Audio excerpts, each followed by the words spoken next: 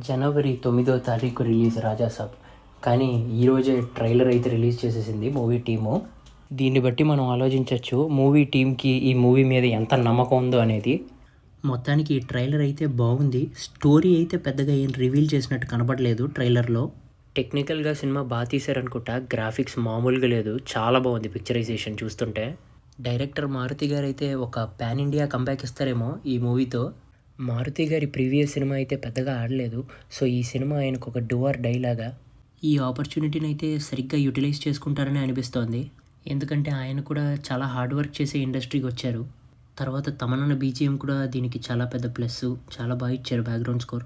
చాలా ఇయర్స్ తర్వాత ఒక మాస్ మసాలా కమర్షియల్ ఫిల్మ్లో కనిపించబోతున్నారు మన ప్రభాస్ గారు.